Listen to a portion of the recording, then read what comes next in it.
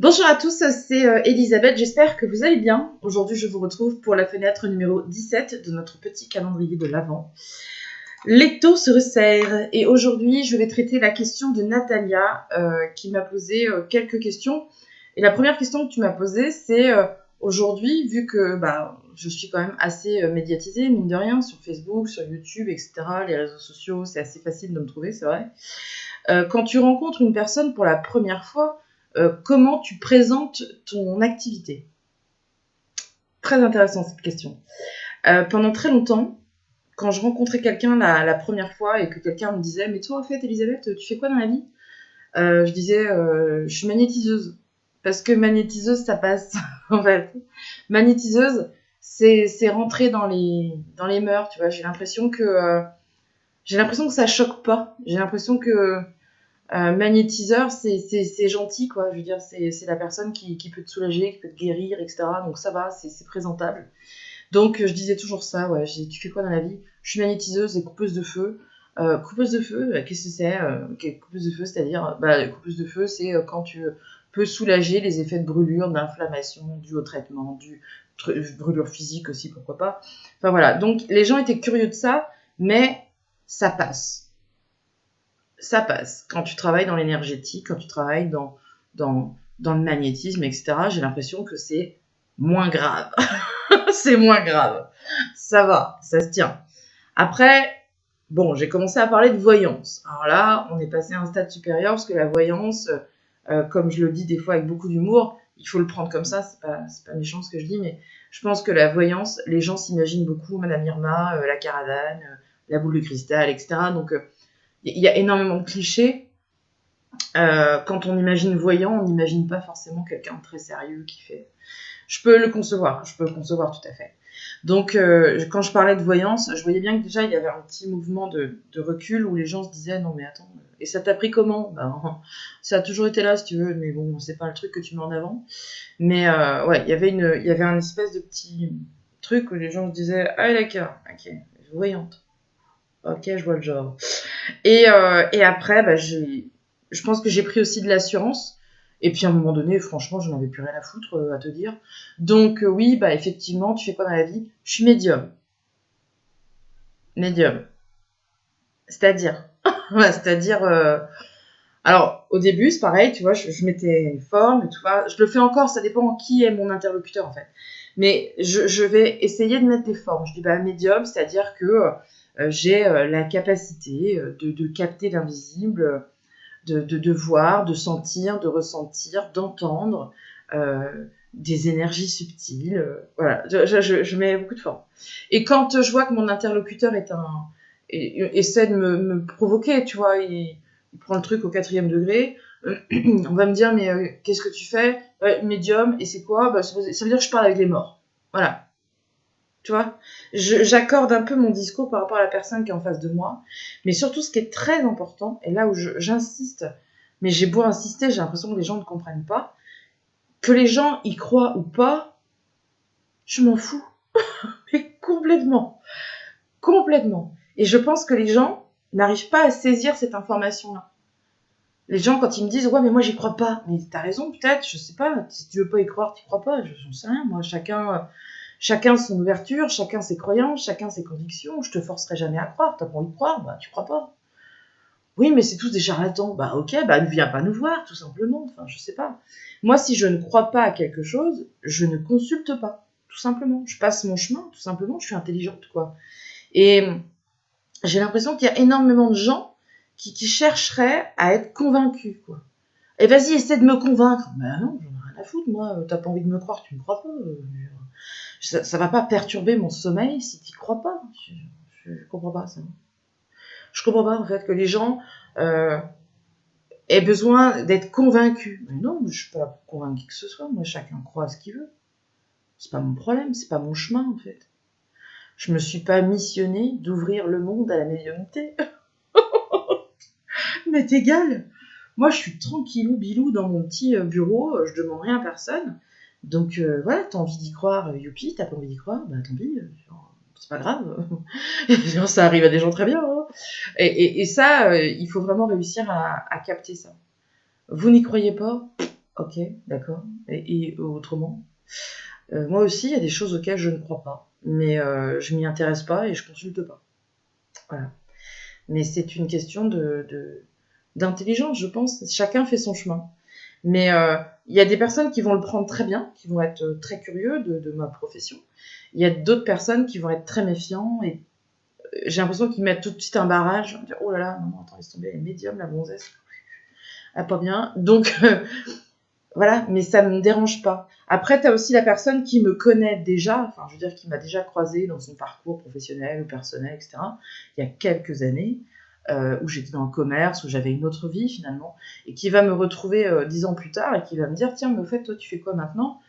Je sais que là, ça peut être surprenant, parce que tu te dis, bah, je suis médium. Elle va te dire, ah bon, mais t'as fait une formation? Non? Non, je suis comme ça depuis toujours. Ah ouais, sérieux? Mais attends, moi je t'ai jamais connu médium. Bah oui, parce qu'avant, quand j'allais dîner chez toi, je pouvais pas te dire qu'il y avait un pendu dans l'escalier. Ça t'aurait peut-être choqué, tu vois.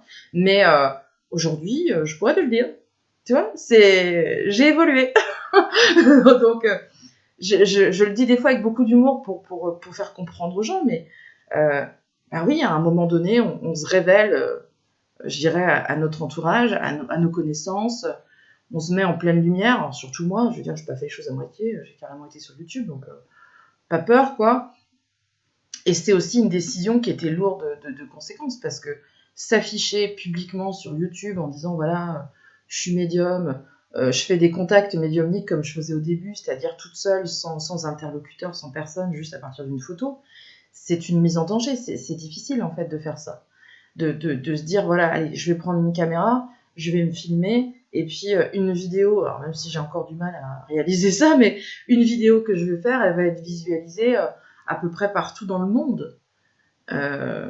Ça, c'est hyper compliqué de concevoir ça. Enfin, moi, j'ai toujours du mal aujourd'hui. J'ai eu un mail il y a quelques jours d'un jeune homme qui est en train de faire un périple en Europe de l'Est. Et je vais traiter d'ailleurs toutes ces questions dans quelques jours, mais il m'a envoyé ça en me disant j'ai été, je crois qu'il me disait que je suis à Moscou, j'étais à Kiev, etc. Et je te regarde, mais moi ça me paraît insensé, ça me paraît complètement insensé.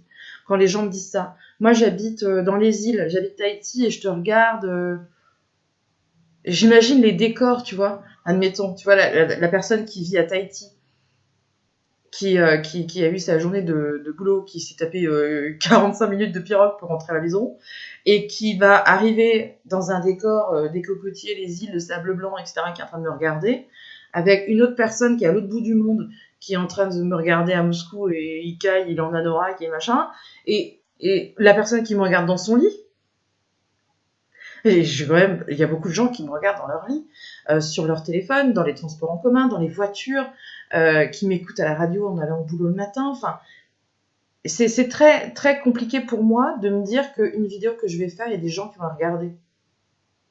J'ai pas ça paraît insensé, mais j'ai pas ce déclic-là. J'ai encore moins ce déclic quand je croise des gens que je connais et qui me disent, j'ai croisé une amie de très longue date l'été dernier, Karine, qui je fais un gros bisou si elle me regarde, et quand elle me dit je regarde tes vidéos et j'adore ce que tu fais,